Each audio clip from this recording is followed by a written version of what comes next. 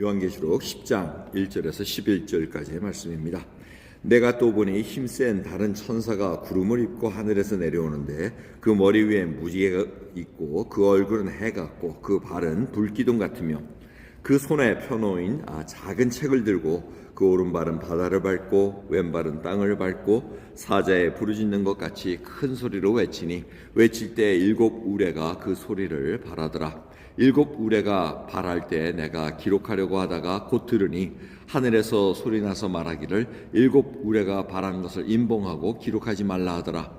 내가 본 바 바다와 땅을 밟고 섰는 천사가 하늘을 향하여 오른손을 들고 세세토록 살아계신 자 곧 하늘과 그 가운데 있는 물건이며 땅과 그 가운데 있는 물건이며 바다와 그 가운데 있는 물건을 창조하신 이를 가르쳐 맹세하여 가로되 지체하지 아니하리니 7째 천사가 소리내는 날 그 나팔을 불게 될 때 하나님의 비밀이 그 종 선지자들에게 전하신 복음과 같이 이루리라.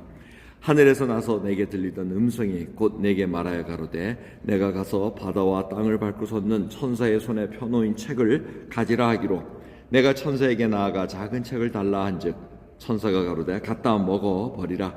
내 배에는 쓰나 내 입에는 꿀같이 달리라 하거늘 내가 천사의 손에서 작은 책을 갖다 먹어버리니 내 입에는 꿀같이 다나 먹은 후에 내 배에서는 쓰게 되더라.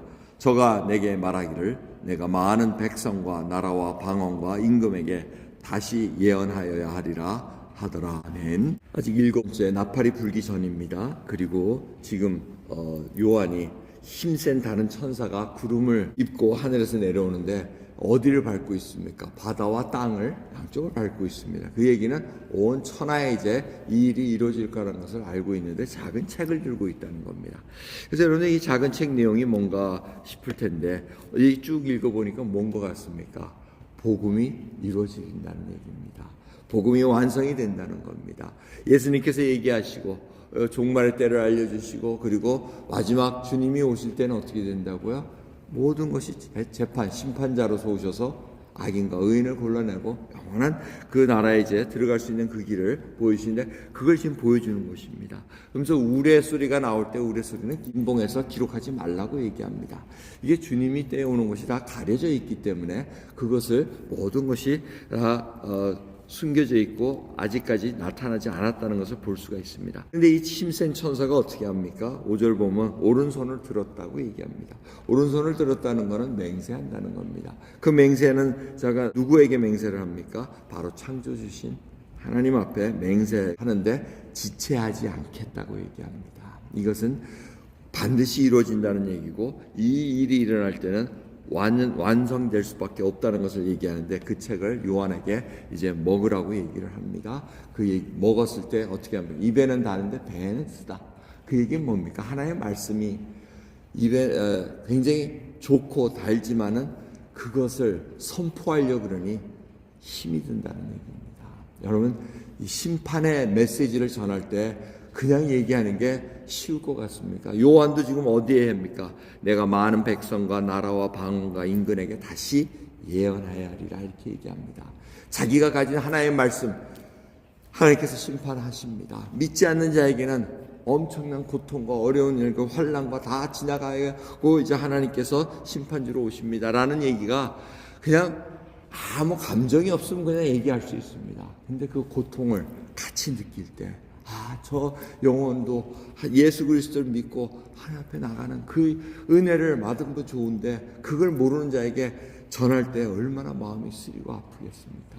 그것이 자기 형제일 수도 있고 자기의 친척일 수도 있고 가까운 이웃일 수도 있다는 것을 생각할 때 여러분이 복음이라는 것이 얼마나 귀하고 그 복음은 반드시 이루어진다는 것을 아시기에 악인의 심판이 항상 따른다는 것을 그것이 예수님의 재림으로 말미암아 모든 것이 완성된다는 것을 알기에 우리도 그 복음을 갖고 있는 자들입니다. 그래서 빌립보서 1장 27절을 보면 뭐라 그러십니까? 복음에 합당하게 생활하라고 얘기합니다. 그 말씀을 보시면 아무 일에든지 대적하지는 일어나여 두려워하지 아니하는 이 일을 듣고자 하고 그 다음에 그리스도를 위하여 너희에게 은혜를 주신 것은 다만 그를 믿을 뿐 아니라 또한 그를 위하여 고난도 받게 하심이라 얘기합니다. 여러분 복음에 합당한 생활이라는 것이 무엇입니까? 기도 열심히 하고 성경 많이 읽고 예배 꼬박꼬박 참석하고, 그거는 그냥 기본으로 깔려 있는 겁니다. 예수님의 십자가에서 십자가의 길을 걸어가라고 하시는 것은, 나를 부인하고 나의 십자가를 지라는 것은 바로 복음에 합당한 생활을 하라는 얘기입니다. 악을 대했을 때, 악을 당했을 때 어떻게 하라고 얘기합니까? 복수하라고 합니까? 아니죠. 축복하라 그러고 용서하라 그럽니다. 이것이 힘든 겁니다. 이것이 복음에 합당한 생활을 할 때마다, 여러분, 세상 사람들은 세상 풍조대로, 가치관대로 살아가지만 하나님 믿는 백성들은 하나님 나라의 가치관으로 살아가는 자들입니다. 그러기에 선으로 악을 이기라고 얘기합니다. 그리고 모든 것들은 하나님에 맡겨놓고 하나님께서 때가 되어 이루실 것을 알기에 우리는 소망을 품고 살아갑니다. 요한계시록을 보면 어떻게 합니까? 예수 그리스도를 믿는 자들이 순교합니다. 죽습니다. 근데 우리는 어떻게 생각합니까? 아니야. 하나님께서 나를 보호해 주실 거야. 순교한다고 얘기합니다. 이것이 마지막 때 환난이고 어려움이라고 말씀하십니다. 이것을 저희들이 감당할 수 있겠습니까? 우리의 신앙이 그 정도로 감당할 수 있는 신앙이라면 하나님께서 얼마나 기뻐하시겠습니까? 오늘 그 믿음을 다시 한번 점검받으면서, 이 복음이라는 것이 마지막 때에 전부 다 이루어진다는 것, 그걸 오늘 말씀을 통해서 알려주고 우리에게는 복음에 합당하게 생활하라고 얘기합니다. 오늘도 주어진 생활이 있습니다. 그 생활을 복음에 합당한 생활, 선으로 악을 이기며 예수 그리스도의 십자가에서 그 멸시와 천대를 묵묵히 견디셨던 것처럼 저에게도 그것을 견디라는 인내의 열매를 맺으라는 그 말씀을 다시 한번 생각하시면서 귀한 하루 시작하는 저와 여러분 되기를 원합니다. 기도하겠습니다. 감사합니다. 오늘도 주님 참으로 감사합니다. 저희들에게 복음을 알게 해주시고 그 기쁜 소식을 저희들이 갖고 있기에 전파하기를 원하나이다. 하지만 그 전파가 입으로만 하는 것이 아니라 우리의 삶 그 자체로 그리스도의 향기를 드러내며 정말 저희들이 가는 곳곳마다 어둠이 물러나고 상처받은 자들이 치유를 얻고 정말 예수 그리스도의 그 놀라운 사랑을 전할 수 있는 도구로 사용해 주시옵소서.